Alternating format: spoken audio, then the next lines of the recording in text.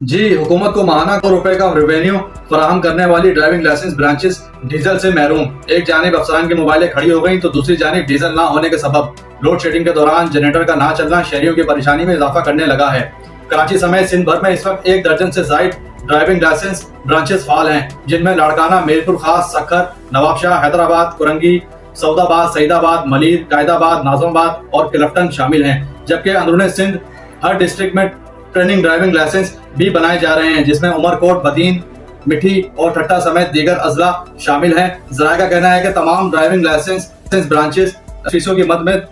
10 کروڑ سے زائد کا ماہانہ ریونیو حکومت کو کما کر دیتی ہے، جبکہ ٹریننگ ڈرائیونگ لائسنس جو بن رہے ہیں وہ بھی لاکھوں روپے ماہانہ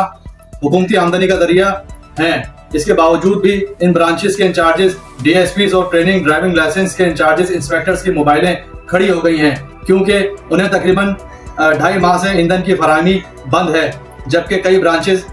میں جو جنریٹر رکھے ہوئے ہیں لوڈ شیڈنگ کے اوقات کار کے دوران چلائے جاتے ہیں، لیکن ڈیزل نہ ہونے کے باعث